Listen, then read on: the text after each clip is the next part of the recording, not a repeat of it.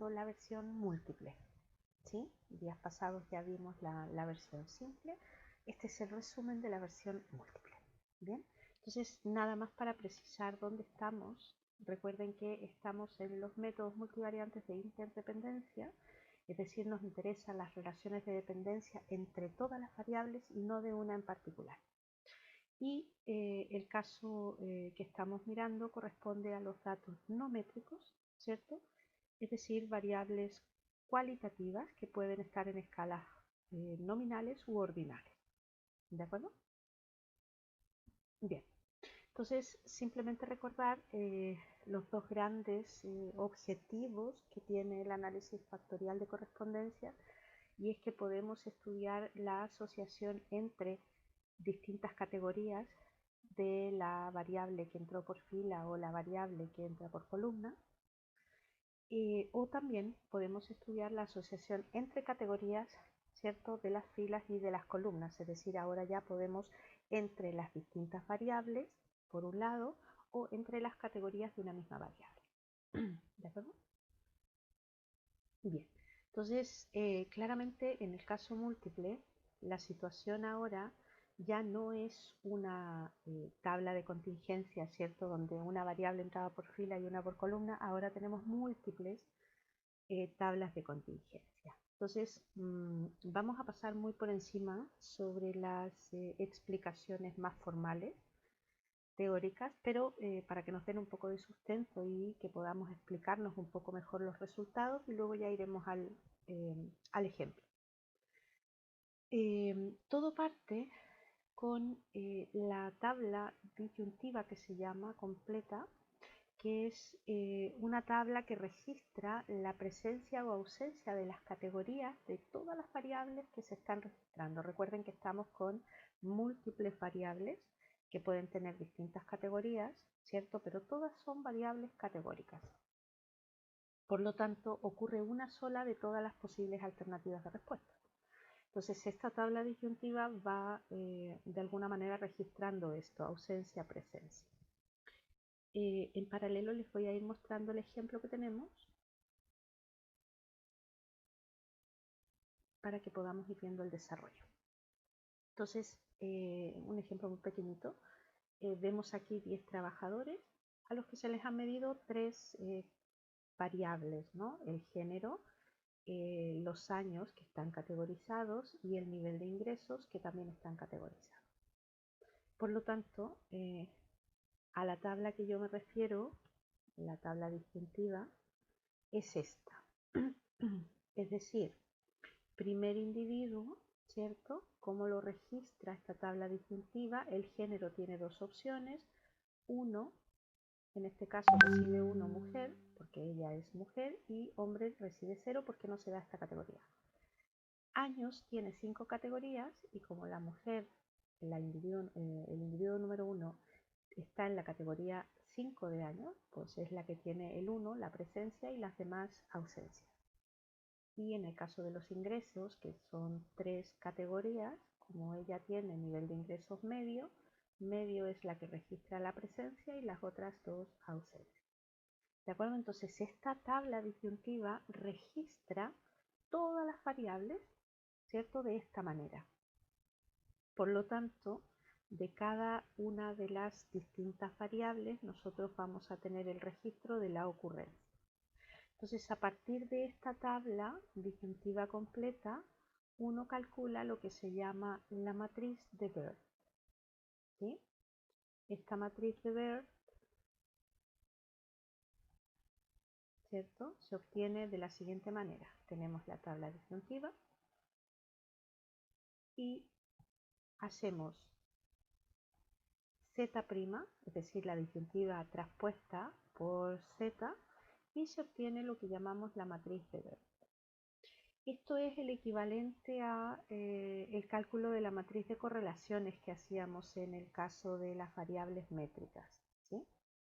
Entonces, esta matriz de Bird tiene la particularidad que registra las variables, ¿cierto?, con todas sus categorías a través de las frecuencias de ocurrencia, y a partir de esa matriz de Bird se pueden calcular las distancias.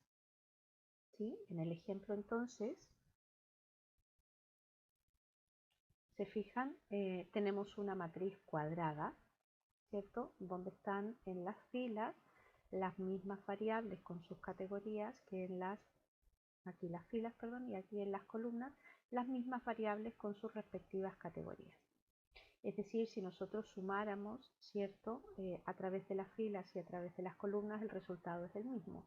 Por esa razón que en el caso múltiple, a diferencia del caso simple, no se registran resultados por filas y por columnas, sino que solo se analizarán las filas, dado que en las columnas tendremos exactamente el mismo resultado porque la matriz es cuadrada. ¿De acuerdo? Por eso no es de extrañar que no tengamos perfiles fila, perfiles columnas, no, porque solo el resultado se dará a partir de las filas. ¿De acuerdo?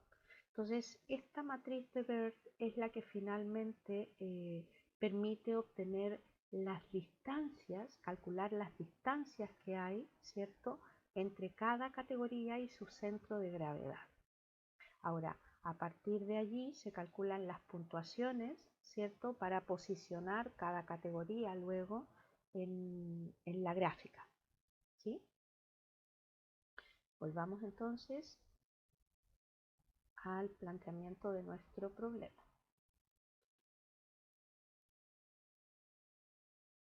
Aquí estábamos. Entonces yo les decía, la matriz de BERT, ¿cierto?, se obtenía a partir de la tabla disyuntiva y a partir de allí es que podemos obtener las distintas distancias, ¿sí? Entonces, ¿qué es lo que tenemos que rescatar aquí? Que podemos calcular a partir de los perfiles fila y columna las distancias, ¿sí? Y las distancias las calculamos usando nuestra ya conocida eh, variable chi cuadrado, ¿cierto? La que usábamos nosotros en estadística 1 para medir asociación entre dos variables cualitativas, pues ahora esta misma este mismo indicador nos sirve como medida de discrepancia para calcular esta distancia. Entonces, dado que podemos calcular los perfiles fila y los perfiles columna, ¿cierto? Pero todo se hace en función de el perfil medio, ¿sí? Por eso es tan importante el peso o la masa, ¿se recuerdan? La masa que tiene o el nivel de importancia que tiene cada una de las categorías. Por eso se utiliza la distancia chi cuadrado porque ella es la distancia que me permite registrar dentro de la fórmula también el peso que tiene esa modalidad o categoría. ¿De acuerdo? Entonces, estos resultados son los que luego a mí me permiten sacar las conclusiones que puedo del análisis, ¿no? En el sentido que cuando hay modalidades que tienen solo un individuo, ¿cierto? Mientras más parecidos, ¿cierto? Será cuando tienen más modalidades en común, ¿cierto? Entonces, si hay pocas modalidades en común, los individuos no son parecidos, y si hay muchas modalidades o categorías en común, los individuos son muy parecidos. Por eso se refiere siempre al perfil medio. Y lo mismo ocurre con las columnas, es decir, entre más objetos tengan, ¿cierto?, la misma característica,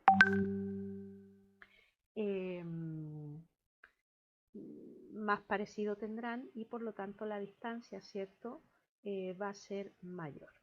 Ahora, ¿qué significa esto luego a la hora de interpretar los resultados?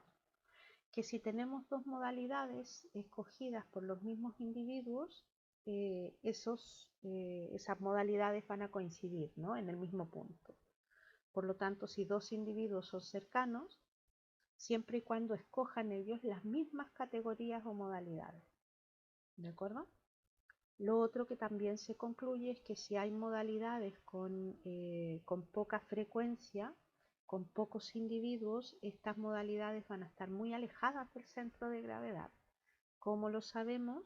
Por la forma de cálculo de esta distancia, ¿cierto? Porque es en torno al perfil medio al centro de gravedad y todo esto se registra en función de las frecuencias.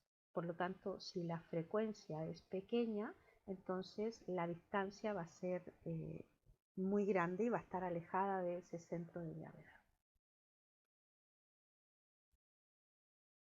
Ahora bien, hablemos del concepto de inercia, que nos la vamos a encontrar después en el resultado del programa.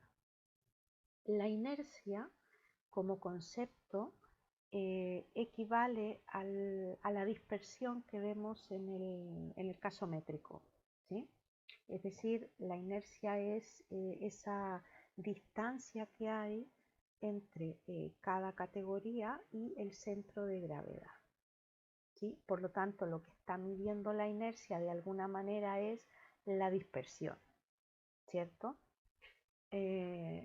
Para hacer la diferencia entre dispersión para el caso métrico e inercia para el caso que es no métrico, ¿no? Porque conceptualmente a lo mejor significan lo mismo, pero técnicamente no puedo calcular dispersión con variables que no son métricas, ¿verdad? Porque no son variables de escala. En cambio, el concepto de inercia sí, así como no puedo calcular inercia entre variables de escala, ¿verdad? Porque la distancia que se calcula es distinta. Perfecto, entonces lo importante aquí de tener claro es que el centro de gravedad es muy importante, porque todo se calcula en función de ese centro de gravedad que equivale al promedio, ¿cierto? En el caso métrico. Entonces, en definitiva, lo que estamos haciendo es una dispersión. Entonces, la distancia será mayor, ¿cierto? Si el número de individuos es más pequeño. ¿Por qué? Porque estoy más alejada del centro de gravedad. La inercia también nosotros la podemos calcular, ya lo dijimos, entre las distintas modalidades, es decir, entre las distintas categorías de una misma variable o entre las variables, ¿cierto? Y lo otro es que podemos calcular también a partir de allí la inercia total, pero la inercia total no es un resultado que podamos interpretar, por lo tanto el uso aplicado de este concepto pues no lo tenemos.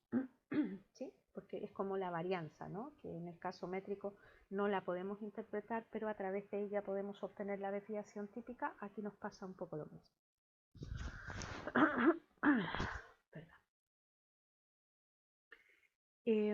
Otra cosa importante a recalcar es que la inercia, y por lo tanto lo que se le parece a la dispersión, crece en la medida que hay un mayor número de categorías en la variable.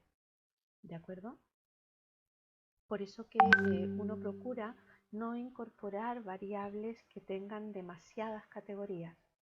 ¿Sí? ¿Por qué? Porque automáticamente la inercia crecerá, ¿cierto? Y necesitamos tenerla estable para que cuando midamos la inercia solo se deba a las frecuencias y no al número de modalidades que tiene la variable. ¿De acuerdo? Bien, una vez que nosotros obtenemos esa matriz de distancias chi cuadrado que ya hemos visto que se calculan respecto del centro de gravedad, nosotros podemos diagonalizar esa matriz.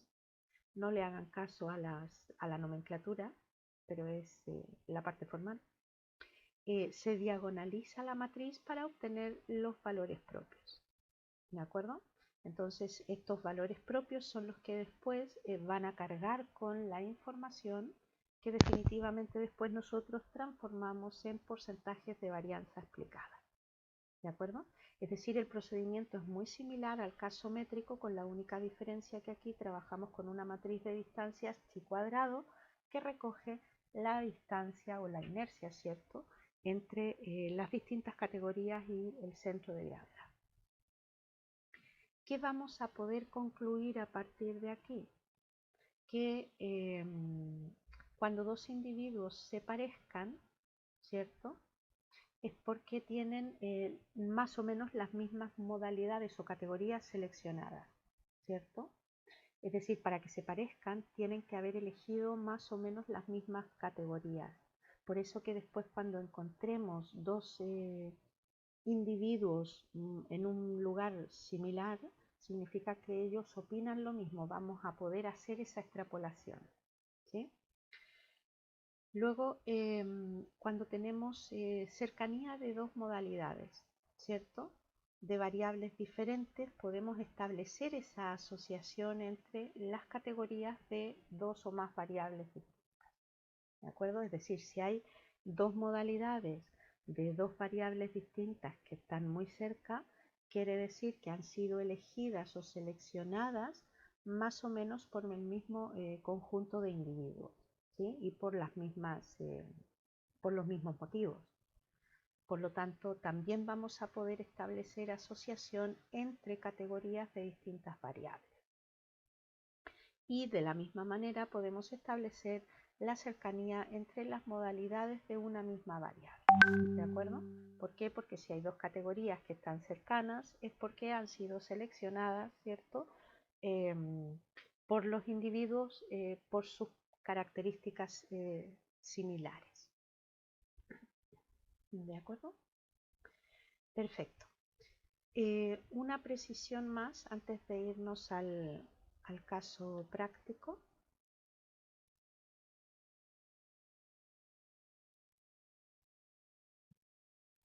Un par de comentarios nada más. Y tiene que ver con... Aquí está. Es importante, ¿cierto? Producto de todo lo que hemos comentado, que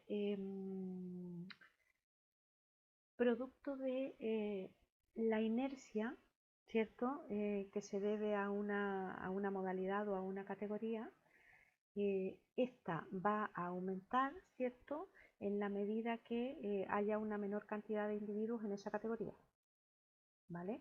Por lo tanto, menor también va a ser su masa y por lo tanto el peso o nivel de importancia que va a tener esa categoría en el total.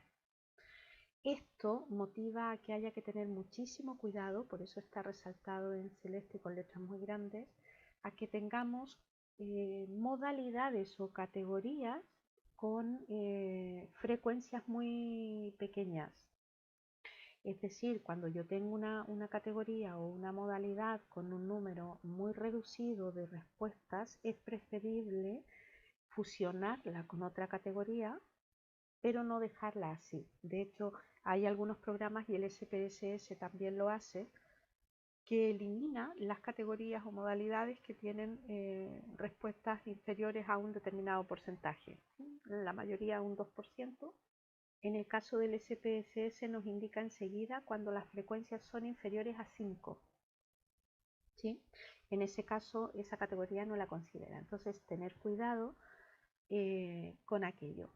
Y lo otro es que producto de esto mismo es que el tamaño de muestra tiene que ser siempre muy adecuado, ¿de acuerdo? De manera que las distintas categorías estén de alguna manera completas, ¿no? Que haya una cantidad de individuos adecuado en cada una de ellas y eso implica que el tamaño de muestra debe ser lo suficientemente grande como para sostener las categorías de las variables. Por eso que lo que se busca son variables que no estén categorizadas en demasiadas categorías. 10, 12, 15 categorías, pues no es muy eficiente, ¿de acuerdo? Porque además ya recuerden que aumenta también la inercia. Y por otro lado, también tiene un efecto sobre la inercia el hecho que tengamos variables con muy distinta cantidad de categorías o modalidades. Es decir, tenemos una variable con 5 categorías, otra variable con 15 categorías, otra variable con 8, otra variable con 7. Entonces, ¿qué es lo que ocurre? Que muchas variables con un muy distinto número de categorías genera consecuencias sobre la inercia, ¿cierto? Por lo tanto, lo que tenemos que procurar es tener siempre variables que tengan un número más o menos homogéneo de categorías, ¿sí? No necesitan ser exactamente iguales, pero parecidas. ¿De acuerdo? Todo eso buscando que la inercia sea lo menos afectada posible para que cuando la midamos, mida realmente solo el efecto de las diferencias entre cada categoría y el centro de gravedad. ¿De acuerdo? Y aislemos todo lo otro que pudiera generar alguna repercusión en esto. ¿De acuerdo? Con esto entonces terminamos la parte formal y vamos a ver el caso práctico. El ejemplo con el que hemos trabajado en clases hace referencia a la base de datos raza de perro. Voy a explicar un poco el contexto y enseguida lo ejecutamos. ¿Cuál era la idea? La idea es que tenemos 27 razas de perros, ¿sí? Que en su momento quien lo estudió hizo este análisis porque se dedicaban al negocio de los perros en el sentido de proveer a los consumidores de perros en función de las características que tuvieran, ¿cierto? Es decir, cada uno iba a buscar al perro por un motivo y muchas veces no podían asesorar bien, ¿cierto? Y procuraban vender un perro que a lo mejor no era el que necesitaba el cliente y por lo tanto generó bastante conflicto, ¿cierto? Cuando el cliente se daba cuenta que el perro no hacía o no servía para lo que él quería. Entonces, ¿cuál fue el objetivo? Poder identificar, ¿cierto?, las distintas características que tienen las distintas razas de perros, de manera que se puedan agrupar y caracterizar, ¿sí? Esto de alguna manera es una segmentación, en este caso de los perros y sus características, ¿cierto? Perfecto, entonces tenemos 27 razas de perros y luego tenemos los distintos atributos medidos: el tamaño, el peso, la velocidad, el nivel de inteligencia, ¿cierto?, el grado de afectividad, el nivel de agresividad y por último la función que cumple. Se fijan que todas las categorías, todas las variables tienen categorías bastante similares salvo la raza, porque la raza es en realidad el corazón del análisis, ¿sí?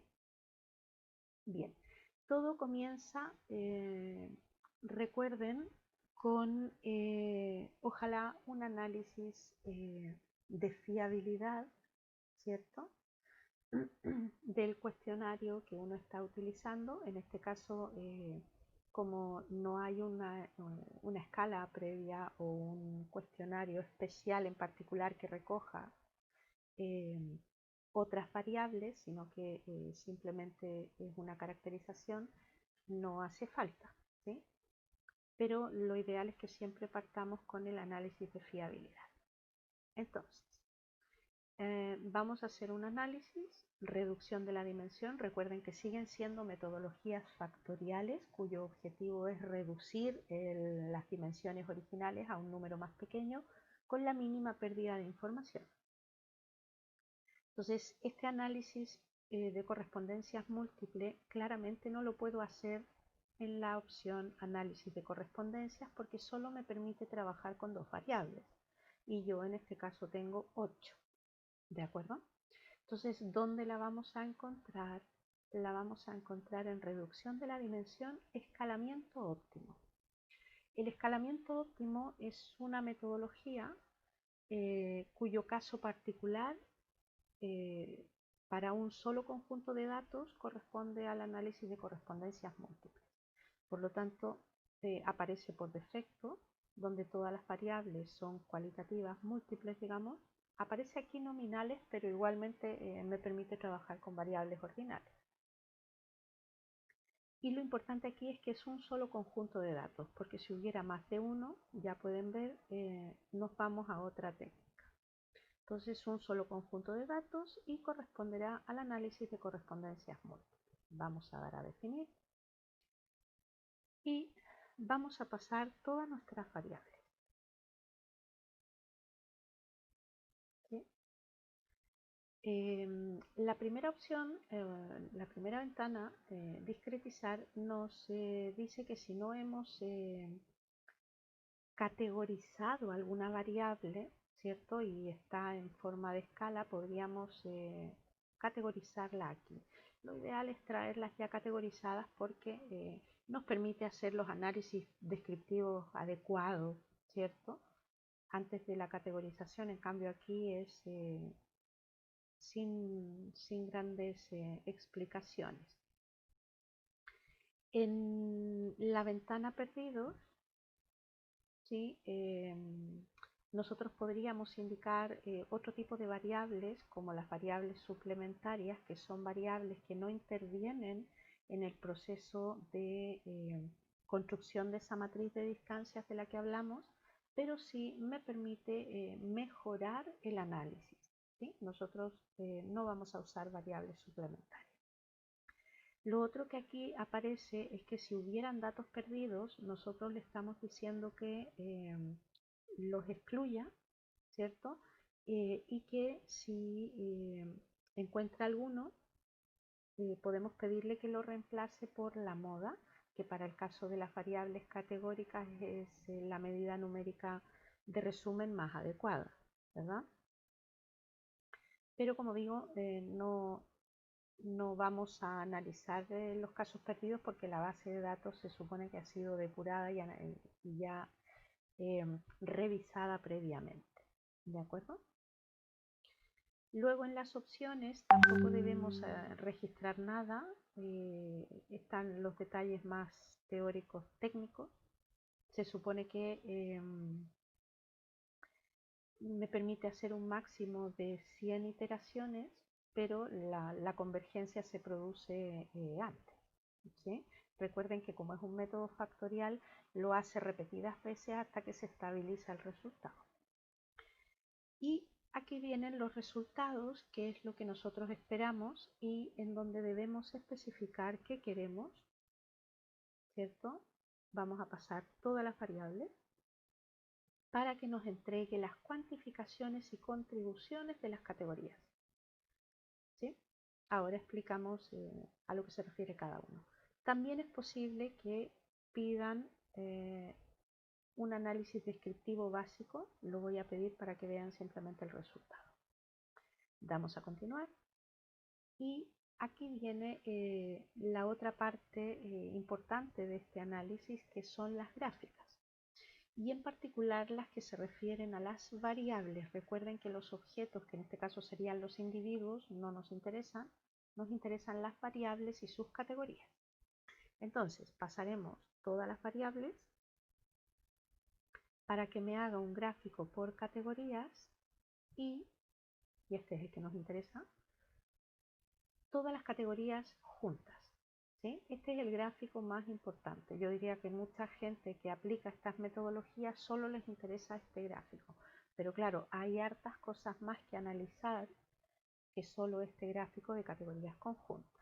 Lo otro importante es que pidiendo este gráfico tendremos un gráfico especial que es donde podemos registrar la capacidad discriminatoria que tienen las distintas variables que estamos estudiando.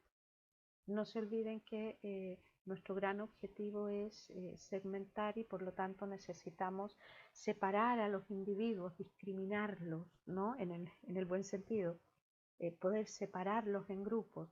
Entonces, si las variables no tienen esa capacidad, no me sirven. ¿De acuerdo? Damos a aceptar.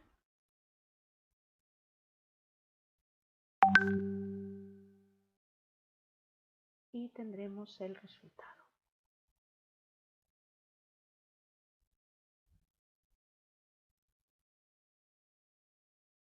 Entonces, lo primero que nos entregará es el análisis descriptivo, ¿verdad? Lo básico.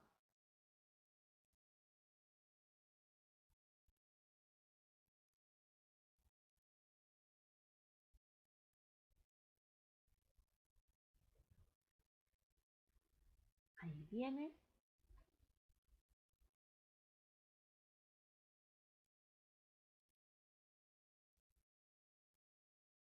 Entonces,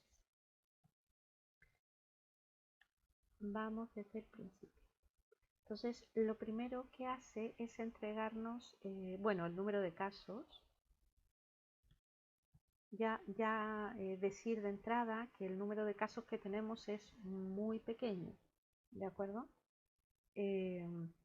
No deberíamos trabajar con un número de casos tan pequeños porque es poco fiable, es poco robusto el resultado, ¿de acuerdo? En los descriptivos lo que tenemos es la tabla de frecuencias, ¿cierto? Es normal que la raza sea una cada uno porque en el fondo solo habían 27 perros. Entonces, ojalá hubiéramos tenido más individuos como para poder reforzar los resultados. Bueno, se van a dar cuenta también rápidamente de los efectos que tiene trabajar con un número de casos tan reducido, ¿cierto? Verán que los resultados no son excesivamente muy consistentes, ¿no? Bien, y lo mismo hará con cada variable, me va entregando la frecuencia, ¿de acuerdo? Entonces aquí uno ya comienza a intuir aquellas categorías que pudieran tener frecuencias pequeñas, ¿cierto? Es decir, ya veo que van a haber categorías que tienen frecuencias, una poca cantidad de frecuencia, y eso puede traer algún efecto en la inercia, ¿de acuerdo? En cambio hay otras que tienen muy repartido las frecuencias, ¿no? Bien, la primera cosa que uno observa, sin entrar en grandes detalles, es el historial de iteraciones, donde me dice el número de iteraciones que necesitó para encontrar el resultado. Mientras menos iteraciones haga, recuerden que dijimos que 100 como mucho, ¿no? Mientras menos iteraciones haga, más eficiente ha sido el análisis y por lo tanto más eficientes las variables, ¿de acuerdo?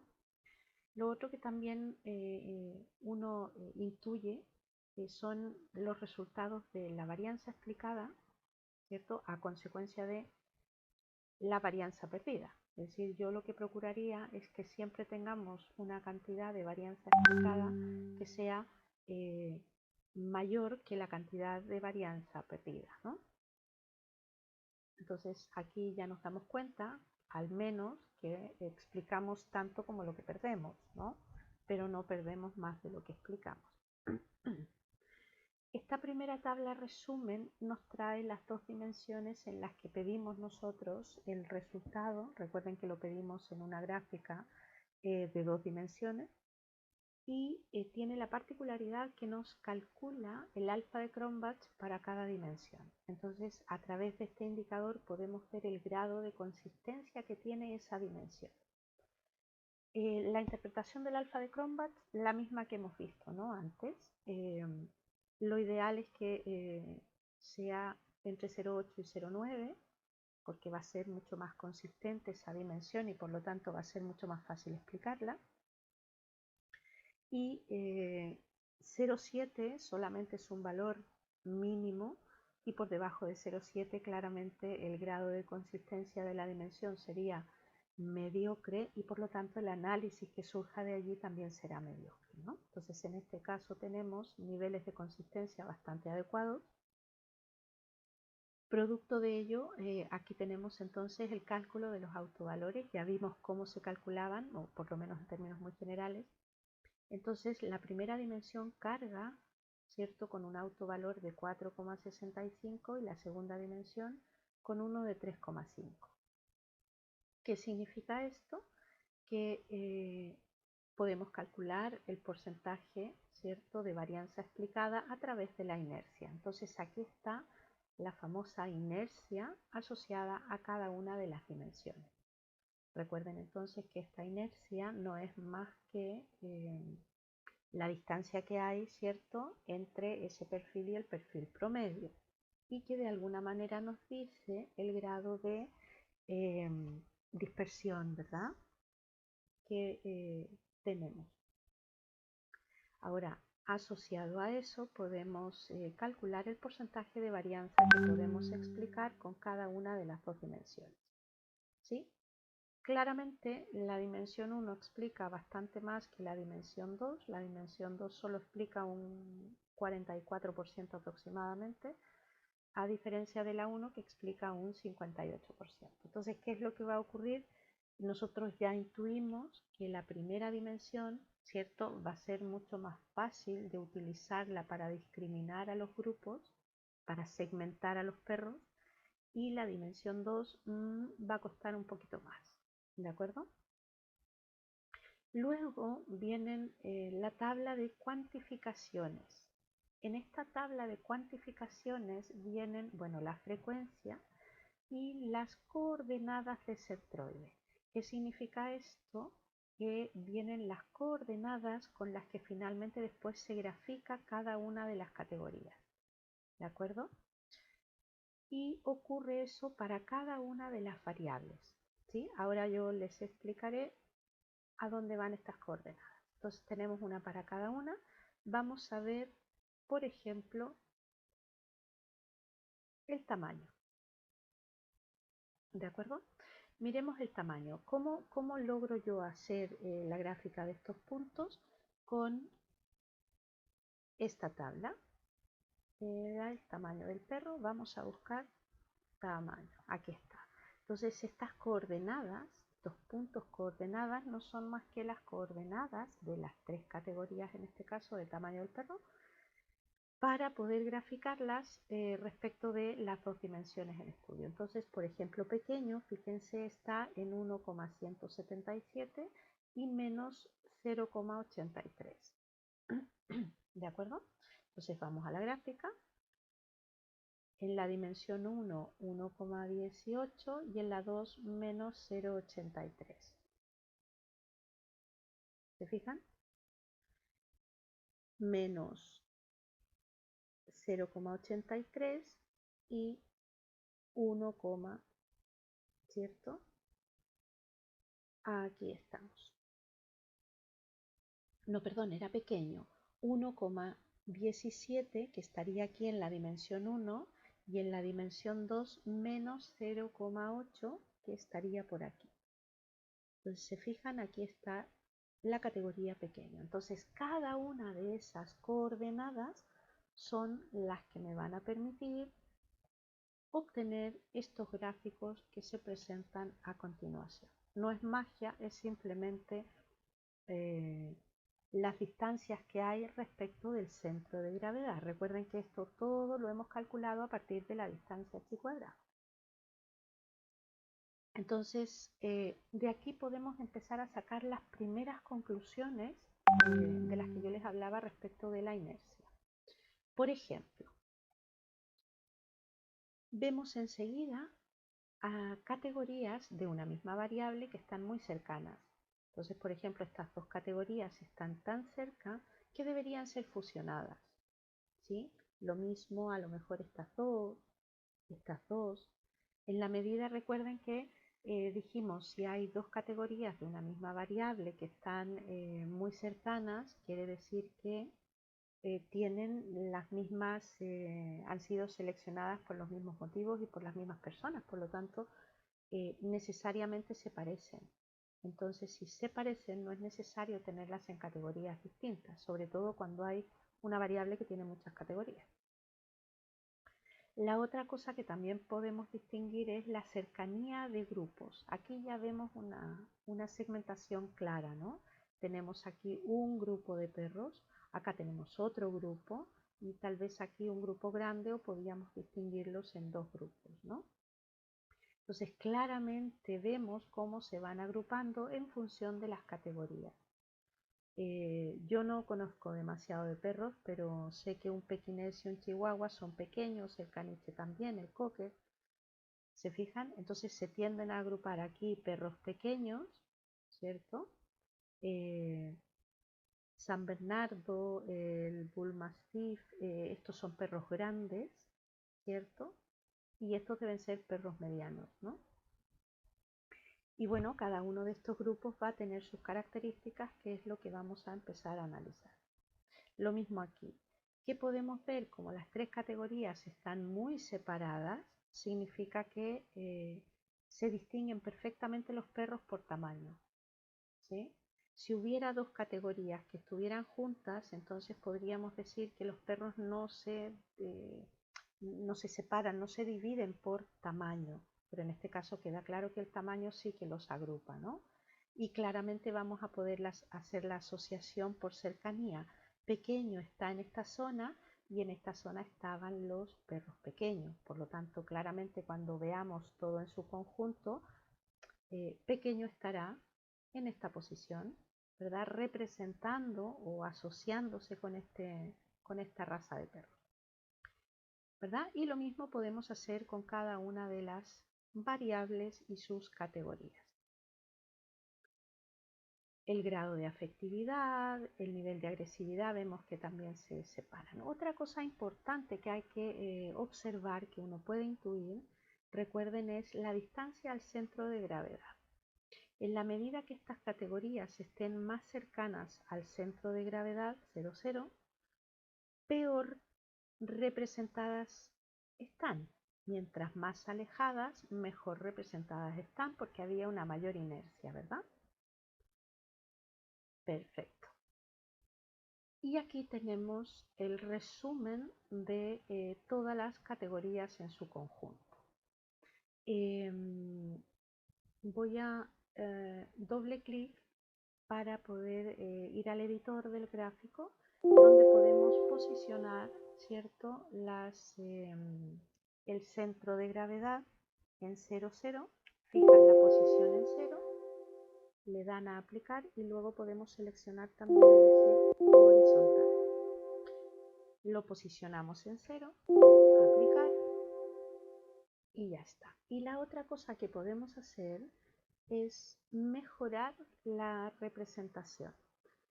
Se fijan que se distinguen poco. Haciendo doble clic sobre el círculo podemos, por ejemplo, rellenar los círculos.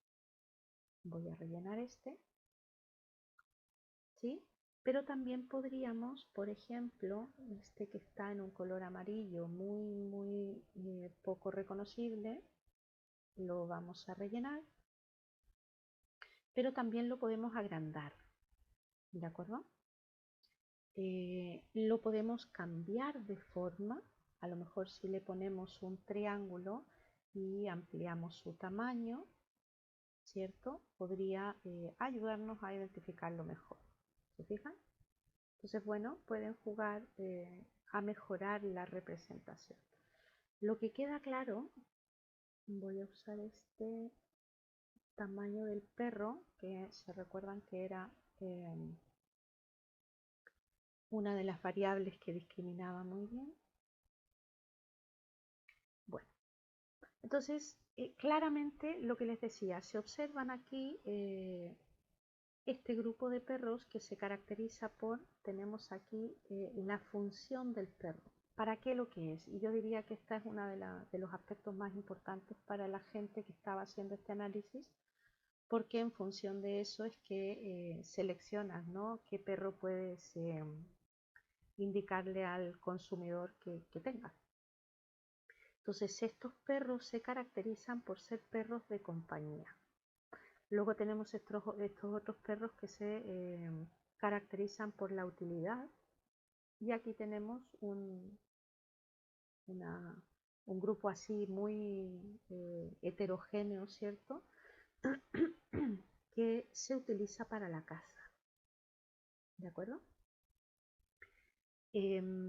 Ahora, vamos viendo característica por característica. Estos tienen el tamaño del perro, ¿cierto? El tamaño era pequeño y tenían peso ligero. ¿Se fijan? Claro, son pequeñitos, pesan muy poco, sirven para hacer compañía, y aquí tenemos otra que es nivel de inteligencia leve. ¿Sí? Por acá teníamos los que eran para una utilidad en particular, ¿cierto? Los tenemos asociados a un nivel de inteligencia bajo, un nivel de agresividad muy alto, ¿cierto? Y obviamente son poco afectivos. El tamaño pesado. ¿Se fijan? Entonces, claramente podemos hacer una asociación entre las categorías de las distintas variables. En este caso, la raza y las distintas características, ¿no?, asociadas al perro. Bien, ahora vamos a ir un poco más allá. Se fijan que hay varias variables y obviamente sus categorías que están bastante cercanos al centro de gravedad. Esas variables que tienen categorías cercanas al centro de gravedad son variables que están muy mal representadas y por lo tanto no ayudan a separar o a discriminar a los, en este caso, perros, ¿sí? Por lo tanto, lo que buscamos es depurar estas variables ¿para qué? Para que no ensucien tanto el análisis, porque ya sabemos que en la medida que están muy cerca no nos aportan información. Entonces, vamos a ver qué elementos tenemos para poder decidir qué variables son las que más o menos aportan. Una de ellas es la tabla de correlaciones de las variables transformadas. Esto es simple, son correlaciones entre las distintas variables y son correlaciones para variables cualitativas, ¿sí? Como la correlación por rangos de Spearman, por ejemplo, que si bien nosotros no la vimos en Estadística 1, pero sí la comentamos, ¿no?, porque la veíamos con el programa. Entonces, como toda tabla de correlaciones, tenemos unos en la diagonal y es simétrica, ¿no? Entonces aquí claramente podemos ver, tamaño del perro tiene correlaciones bastante altas con todas. El peso del perro más o menos también, velocidad, pero fíjense lo que pasa con la inteligencia, ¿sí? Tiene correlaciones muy bajitas, por lo tanto inteligencia es una variable que probablemente sea candidata a ser eliminada, ¿sí? Lo mismo aparentemente el nivel de agresividad. Se fijan que no llegamos ni a 0,5. Entonces ya voy con estas dos variables un poco en rojo, con cuidado, porque ya veo que tienen correlaciones muy bajas con las demás variables, por lo tanto son unas candidatas a ser eliminadas. Y la otra herramienta que usamos son las medidas de discriminación. Estas medidas de discriminación no son otra cosa que la distancia que hay entre cada variable, ¿cierto?, y el centro de gravedad. Recuerden que esta es una dimensión unitaria, ¿cierto?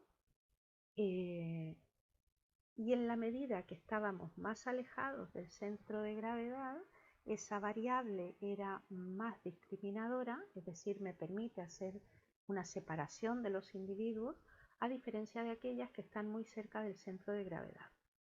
¿Se recuerdan las que comentábamos recién que tenían correlaciones muy bajitas? Bueno, ahí están, inteligencia y nivel de agresividad. Esto está todo conectado.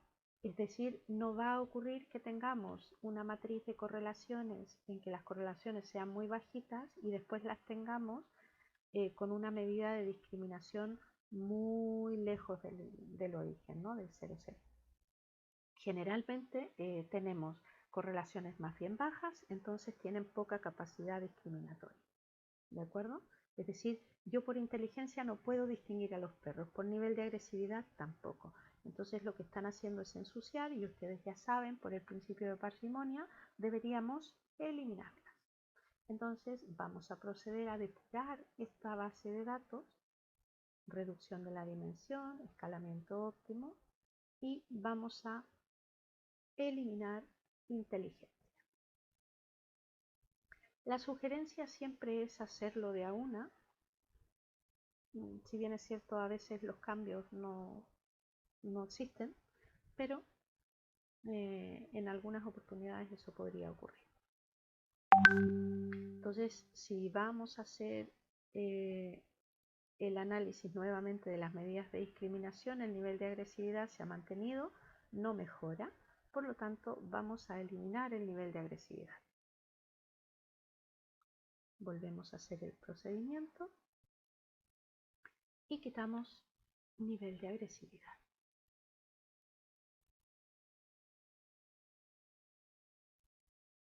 Una vez que hemos depurado las variables que realmente aportan al análisis, entonces ya podemos hacer el análisis más concienzudo, ¿no?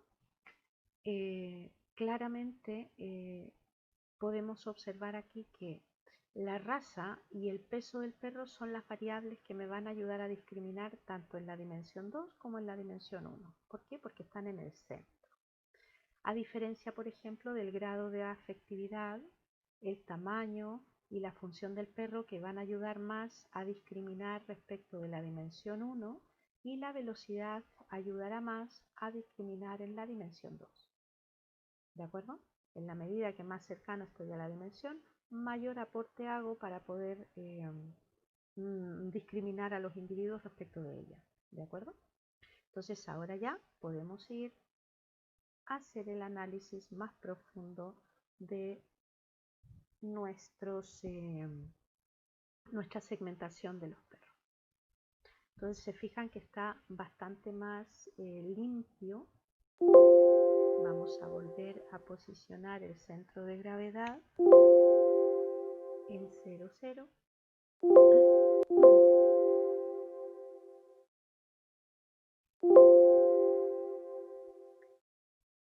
Y claramente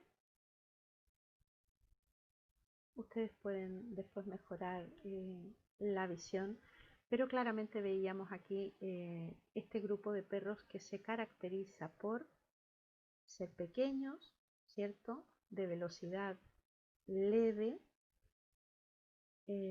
peso ligero, dijimos, suelen ser de compañía y están asociados a, o por lo menos mucho más cercanos, a ser muy afectivos. ¿De acuerdo? ¿Y qué razas son las que tienen esas características? Pues todas estas. Luego tenemos otro grupo que ahora se decantó bastante mejor. Este grupo, donde está el labrador, dálmata, boxer, que son perros que se caracterizan por velocidad mediana, ¿cierto? Un tamaño mediano también. Y no tienen una función reconocida. ¿Se fijan? No tengo una función casa o compañía o utilidad. Por lo visto, este grupo de perros podría encajar, ¿no? en cualquier función. Y luego tenemos este otro grupo que se separa de este otro, ¿verdad? Que en el caso anterior no se separaba. Y son aquellos perros que están aquí caracterizados por peso medio, ¿cierto? Son veloces y aquí tenemos cuya función es la caza, es decir, compañía para la caza. Entonces, ¿qué razas de perros son estos? Pues los que están aquí. Y los otros que son poco afectivos también. De todas maneras, vemos que poco afectivo están a mitad de camino, ¿no? Entre estos y estos. Por lo tanto, podríamos pensar que ambos grupos tienen una característica más o menos de poco afectivo. Y luego tenemos este otro grupo que se caracteriza aquí, que son pesados, es decir, son de tamaño grande y tienen una función que es, son útiles, ¿no? Para determinadas cosas. Son pesados, dijimos, son de utilidad, poco agresivos, poco afectivos y son de tamaño grande. ¿De acuerdo? Entonces, como se pueden dar cuenta, la metodología lo que hace son procesos de segmentación tremendamente útiles, ¿verdad? Pero que, claro, tenemos que saber leerlos e interpretarlos de manera adecuada. Esto aplicable a cualquier área, ¿sí? En este caso era a la raza de perros por las ventas que se querían hacer, ¿cierto? Para poder dar una mejor asesoría. Pero imagínense esto aplicado a segmentación de mercado, imagínense a perfiles, ¿cierto? Es decir, la utilidad es muy amplia. ¿Sí? Ya veremos otro ejemplo.